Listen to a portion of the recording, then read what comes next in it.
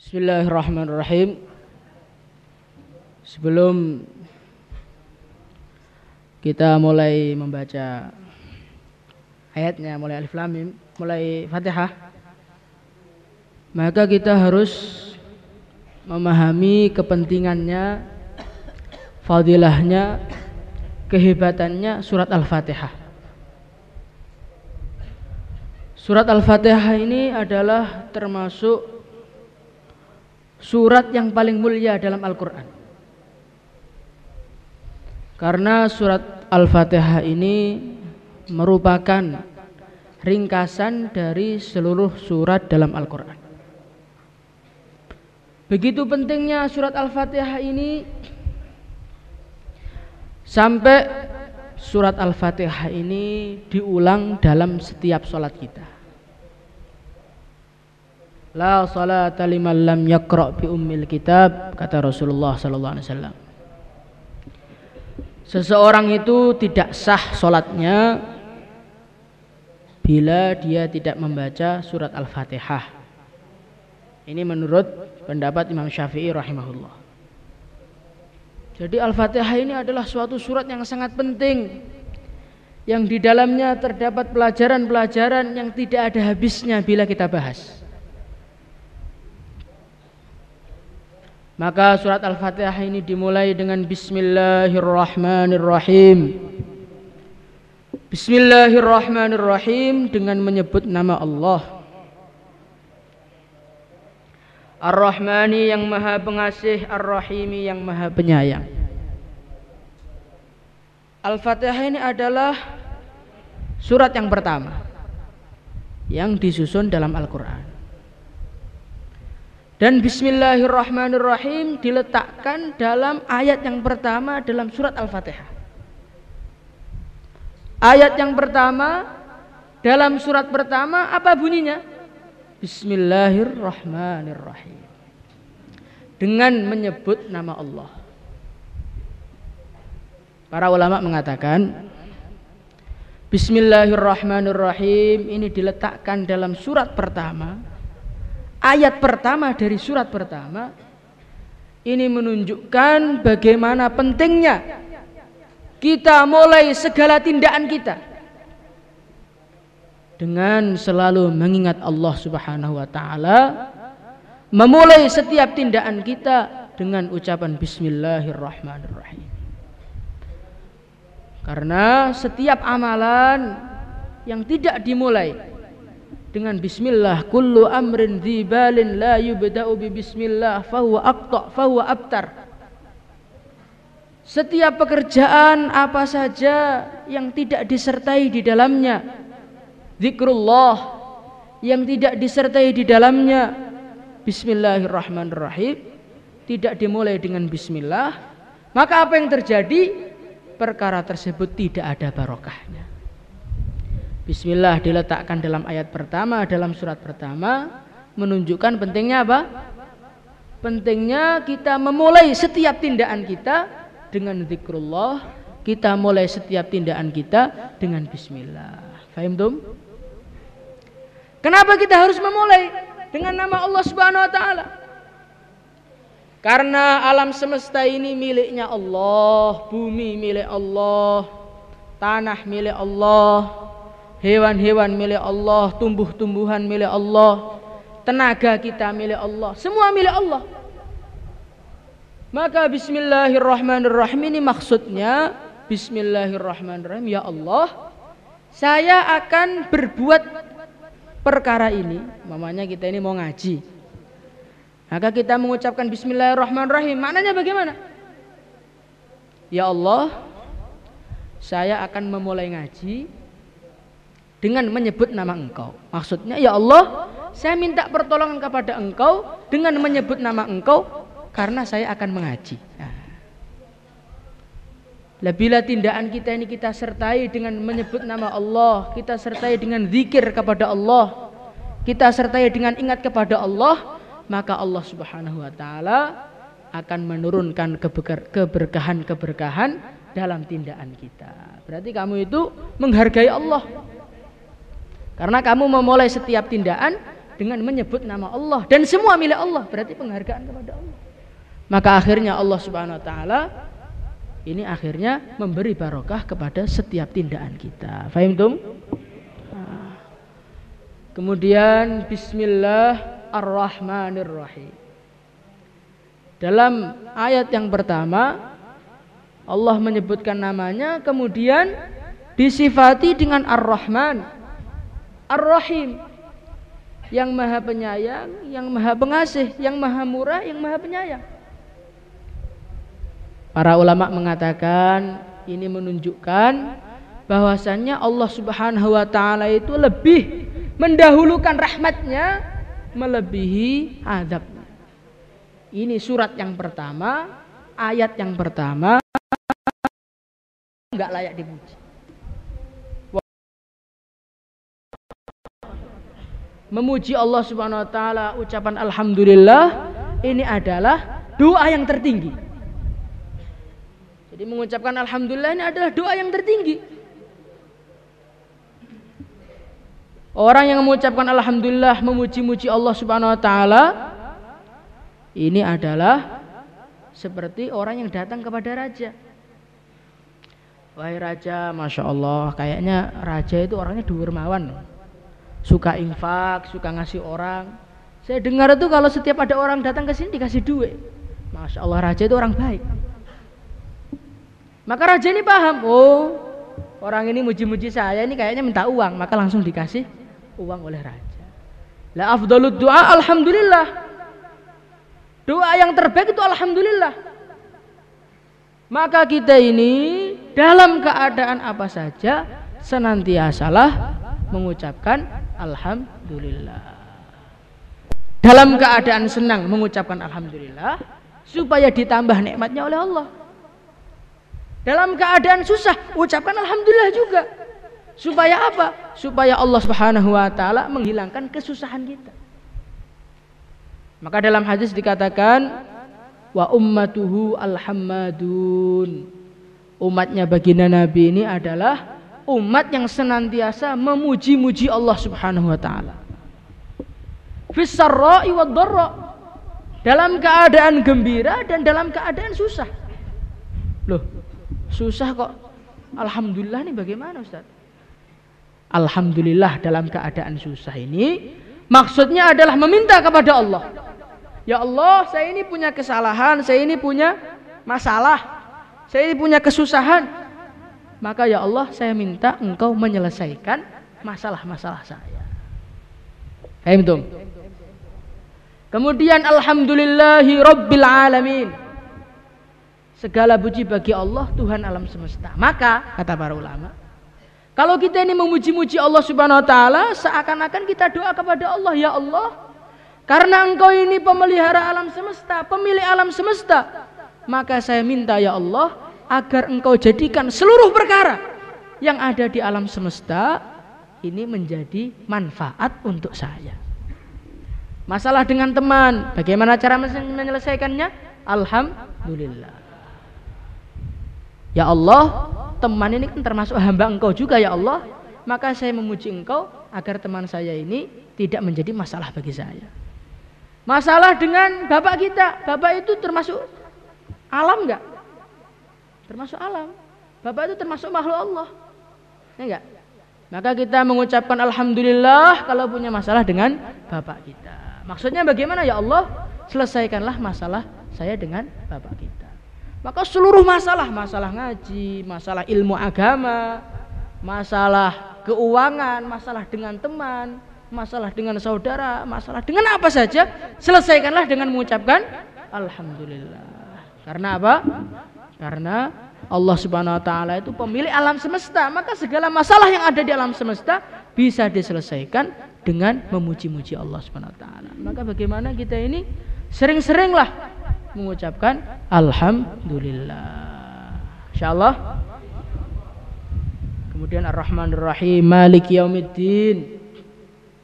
Allah Subhanahu wa taala ini Maha Pengasih, semua diberi. Tapi Ar-Rahim yang dicintai hanyalah orang-orang iman saja. Maliki Yaumiddin, dialah yang menguasai hari pembalasan. Dialah yang memiliki hari pembalasan. Allah Subhanahu wa taala ini memang hanya sayang kepada orang iman saja. Dan itu akan ditampakkan oleh Allah Maliki Yaumiddin di saat di akhirat nanti. Kalau di dunia Allah Subhanahu wa taala tidak terlalu menampakkan, tapi kalau di akhirat pada hari pembalasan Allah Subhanahu wa taala akan tampakkan siapakah orang-orang disayangi oleh Allah Subhanahu wa taala dan siapakah orang-orang yang dibenci oleh Allah Subhanahu wa taala. Dan Allah Subhanahu wa taala ini Malik Yaumiddin, pemilik hari pembalasan, penguasa hari pembalasan. Jadi pembalasan-pembalasan, hukuman-hukuman yang ada di dunia ini belum tuntas kan? Masih banyak orang-orang tertib malah disalahkan. Ya enggak? Masih banyak orang-orang soleh malah disalahkan. Orang-orang dakwah dikatakan teroris dan lain sebagainya. Dan banyak orang-orang beling malah selamat di dunia ini.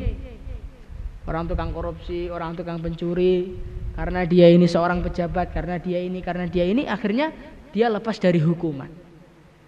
Maka karena urusan-urusan hari pembalasan ini dianggap belum selesai, maka akan ada hari pembalasan yang terakhir, di mana semua akan terbalas secara sempurna.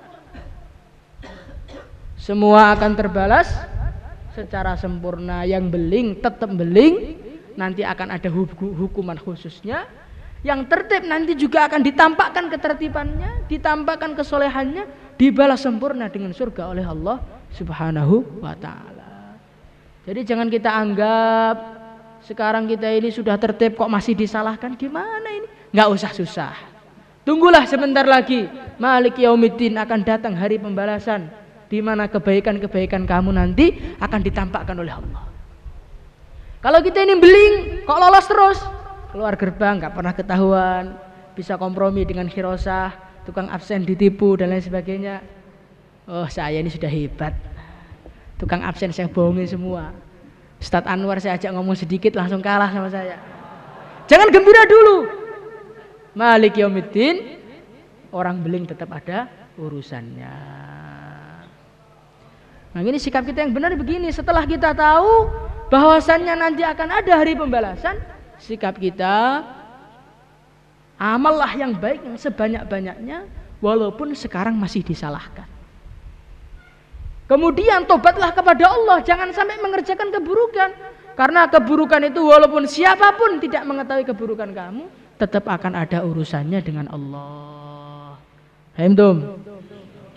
Maka yang tertib, kok disalahkan, jangan takut. Sebentar lagi Allah akan menampakkan ketertibannya, Allah akan menampakkan kesolehannya. Beling selamat, hati-hati, jangan gembira dulu. Sebentar lagi akan ada pembalasannya. Maka dari itu siap-siaplah. Kita siap-siap diri untuk menghadapi hari pembalasan ini.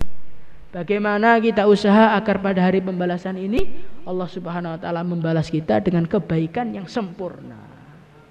Bagaimana caranya? Perbaikilah amalan kita mulai sekarang sebelum malaikat Israel menjemput kita, insyaallah.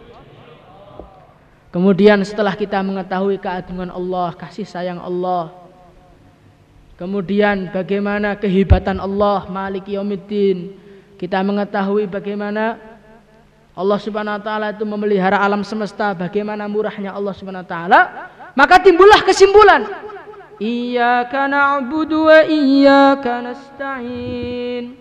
Hanyalah kepada Engkaulah na'budu kami menyembah, wa iyyaka dan kepada Engkaulah, hanya kepada Engkaulah nasta'in kami mohon pertolongan, kami minta tolong. Jadi orang itu setelah memahami kehebatan Allah, memahami kekuasaan Allah, memahami kemuliaan Allah, memahami kasih sayang Allah, memahami kemurahan Allah Subhanahu wa taala, maka timbul dari hati, hanya Allah saja yang saya sembah. Hanya Allah saja yang layak disembah. Selain Allah tidak boleh disembah dan tidak layak untuk disembah. Iyyaka na'bud wa iyyaka nasta'in. Hanya Allah yang patut disembah. Hanya kepada Engkau yang saya sembah. Wa iyyaka nasta'in, dan hanya kepada Engkaulah kami minta pertolongan. Jadi setelah kita tahu yang memiliki alam semesta ini Allah, setelah kita tahu Allah Maha Pemurah, maka bagaimana sikap kita? Mintalah tolong kepada pemiliknya. Kamu ini tahu di sini umpamanya untuk mudahnya ada orang kaya. Ini sawit milik dia, pertanian milik dia, pabrik milik dia, ekonomi milik dia, dan dia dermawan. Bagaimana sikap kita? Kalau kita punya kebutuhan, datang kepada dia, ya enggak? Karena kita tahu dia memiliki segalanya. Allah Subhanahu wa taala Rabbil alamin, pemilik alam semesta, pemelihara alam semesta. Maka kalau kita ini ada masalah, kita ini ada kesusahan, iyyaka nasta'in, hanya kepada Engkau lah, kepada Allah lah kita ini layak minta pertolongan. Kalau kita ini sudah iman kepada Allah, ya kan? Sudah kenal kepada Allah, kok masih minta pertolongan selain Allah Subhanahu wa taala, maka ini ngece ini namanya. Allah malah marah kepada kita nanti. Ini permisalan mudahnya, kamu ini anak seorang kaya. Tapi kalau ada masalah kamu ini malah ngemis kepada tetangga-tetangga kamu, kira-kira apa yang terjadi? Kamu malah akan dipukuli sama bapak kamu, ya enggak? Karena apa? Karena kamu itu sudah mempunyai bapak yang kaya, kok enggak minta sama bapaknya, malah malu-maluin ini.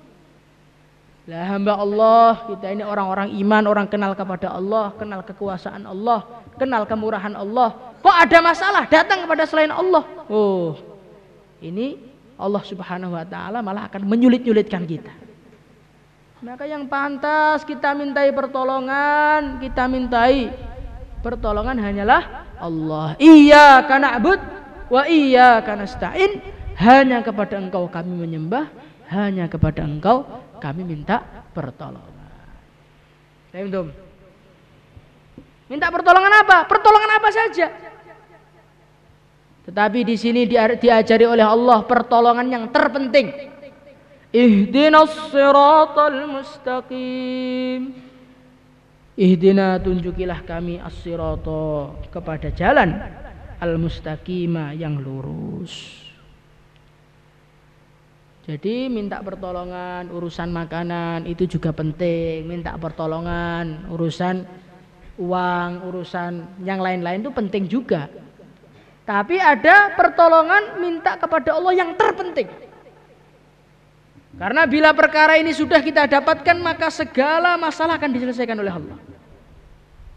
Minta apa? Ihdinas siratal mustaqim.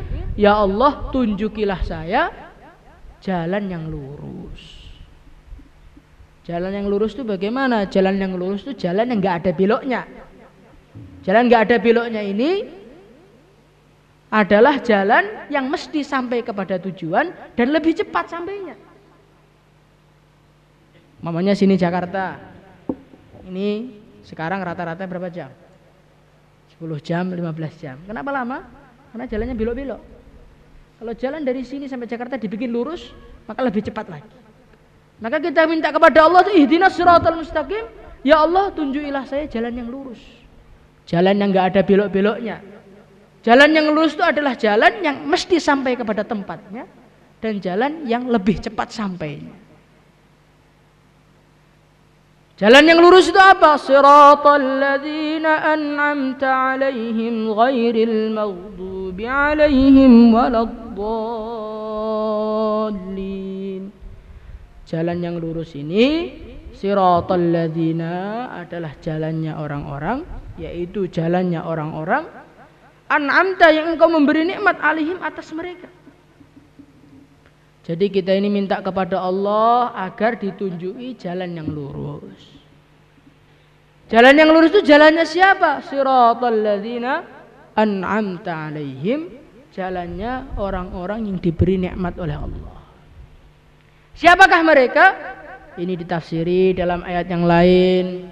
وَمَنْ يُطِعِ اللَّهَ وَالرَّسُولَ فَأُولَئِكَ مَعَ الَّذِينَ أَنْعَمَ اللَّهُ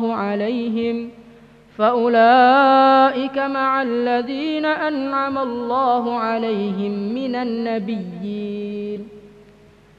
Orang yang taat kepada Allah dan Rasulnya, maka mereka ini akan bersama dengan orang-orang yang diberi nikmat oleh Allah.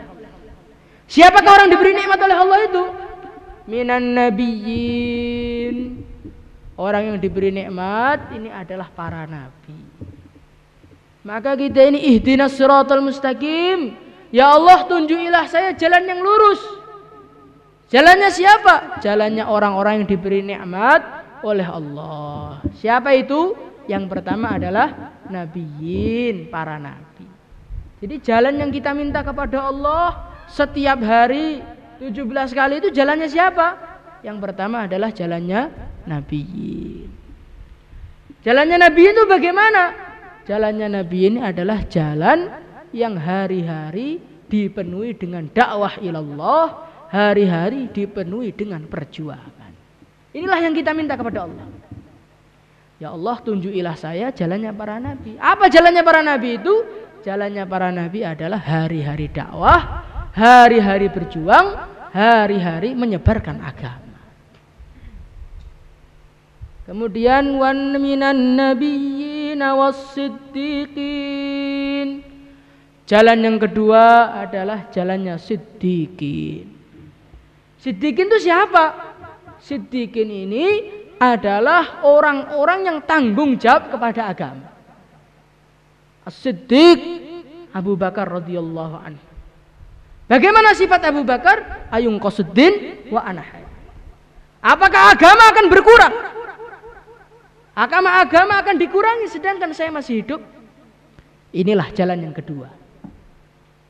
Jadi kita ini jangan hanya hidup dalam dakwah saja, tapi bagaimana kita ini menjadi orang-orang yang tanggung jawab kepada agama.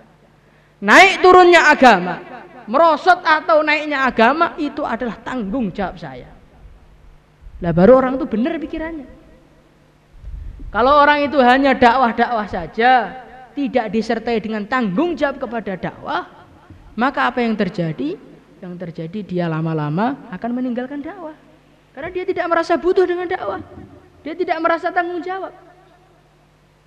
Maka kita tanamkan dalam diri kita, dakwah ini tanggung jawab saya. Naik turunnya dakwah ini adalah urusan saya.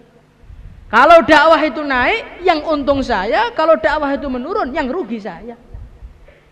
Nah, orang iman harus punya seperti itu. Jadilah seperti bos perusahaan bis, mudahnya. Bos perusahaan bis itu bagaimana? Bisnya ada di Sumatera, bisnya ada di Lombok, bisnya ada di Jawa, bisnya ada di Aceh, ya enggak? Tapi dia akan senantiasa mengontrol keadaan kendaraannya. Walaupun bis itu sudah ada supirnya, walaupun bis itu sudah jalan, tapi dia merasa tanggung jawab. Karena apa? Karena kalau bis ini dapat penumpang di Aceh, yang untung siapa? Yang untung pemilik bisnya, ya enggak? Kalau bisnya tabrakan di Surabaya, yang rugi siapa? Yang rugi bosnya. Maka dia selalu mengontrol, dia selalu usaha bagaimana bisnya agar tidak tabrakan, dan usaha bagaimana bisnya mendapatkan keuntungan sebanyak-banyaknya. Walaupun bis sudah ada supirnya, sudah ada kondekturnya, bisnya pun sudah jalan, tapi dia senantiasa mengontrol. Lah kita ini kepada dakwah juga begitu. Walaupun dakwah sudah ada masyayikhnya, petugas markas sudah ada, petugas halakoh juga ada, petugas mahalah juga ada. Jangan kita ini, saya ini kan orang belakang Ustaz, saya ini kan orang baru, saya ini kan orang min wara, bagian belakang. Ngapain saya capek-capek mikir? Loh, ini keliru. Agama, tanggung jawab agama itu tanggung jawab. Tanggung jawab siapa? Tanggung jawab saya. Semua sudah ngurus alhamdulillah, tapi agama tanggung jawab saya. Maka kalau orang itu punya pikiran seperti ini, akhirnya dia akan betah dalam dakwah, akan kuat memperjuangkan agama sampai akhir hayatnya. Minan nabiyyin was-siddiqin wasyuhada. Jalan yang ketiga adalah jalannya syuhada. Syuhada itu apa? Mudahnya siap korban untuk agama. Jadi orang itu enggak hanya dakwah saja, enggak hanya tanggung jawab untuk agama, tapi bagaimana korban untuk agama. Jadi prinsipnya agama itu pengorbanan kan. Ngaji butuh pengorbanan, dakwah butuh pengorbanan. Maka kita ini kalau ngaji kok capek, ya kan? Ngaji kok ngaji itu emang capek, perlu pengorbanan. Ngaji itu bukan cari uang, ngaji itu bukan enak-enakan, ngaji itu pengorbanan. Maka kepada agama kita ini harus punya sifatnya asyuhada, siap mati untuk agama. Bagaimana? Betul. Siap mati untuk agama. Absen itu nggak mati kan? Ya nggak? Tertib itu kan nggak mati, ya nggak? Maka kita ini sebelum siap mati untuk agama minimalnya siap di absen, insyaallah. Kemudian masih ditambahi wasyuhada'i wassalihin. Solihin itu apa? Solihin itu adalah orang-orang yang nggak maksiat. Maka bagaimana 4 kehidupan ini wujud dalam diri kita? Senantiasa dakwah, tanggung jawab kepada dakwah, siap kurban untuk agama, plus nggak maksiat. Karena walaupun 3 perkara ini kita dakwah, kita ngaji, kita tapi belakangnya ada maksiat, maka ini lemah kekuatannya.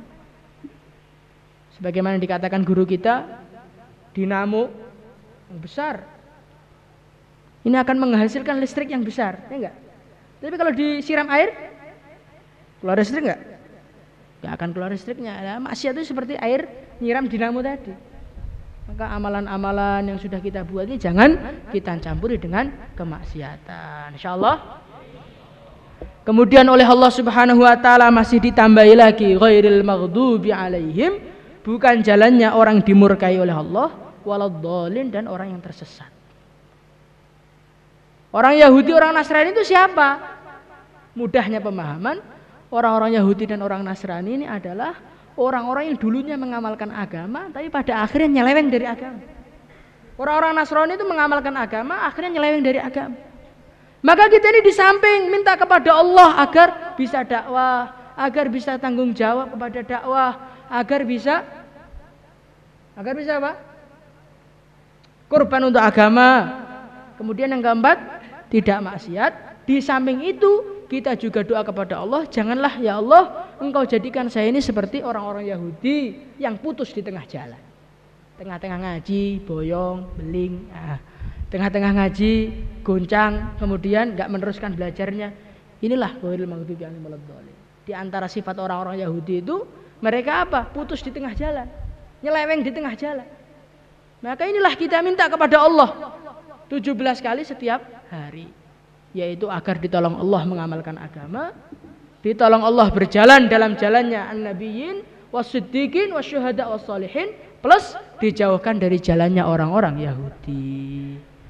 Maka ini adalah sedikit pemahaman dari surat Al-Fatihah, masih lebih luas lagi. Dengan pemahaman yang sedikit ini bagaimana setiap membaca Fatihah dalam sholat kita rasakan. Bismillahirrahmanirrahim, kita rasakan saya minta tolong kepada Allah. Alhamdulillah, kita timbul syukur kepada Allah. Ar-Rahmanir-Rahim, kita ingat bagaimana kasih sayang pemurah Allah dan siapa yang disayangi Allah. Kemudian kita ingat Maliki Yaumiddin, semua akan ada urusannya. Kemudian iyyaka na'budu, hanya kepada Allah. Nah, dengan kita ini merasakan Al-Fatihah dalam setiap sholat kita ini, maka sholat kita ini akan membuat perubahan dalam kehidupan kita. Sekarang ini hari-hari kita sudah membaca Fatihah, tapi nggak dirasakan.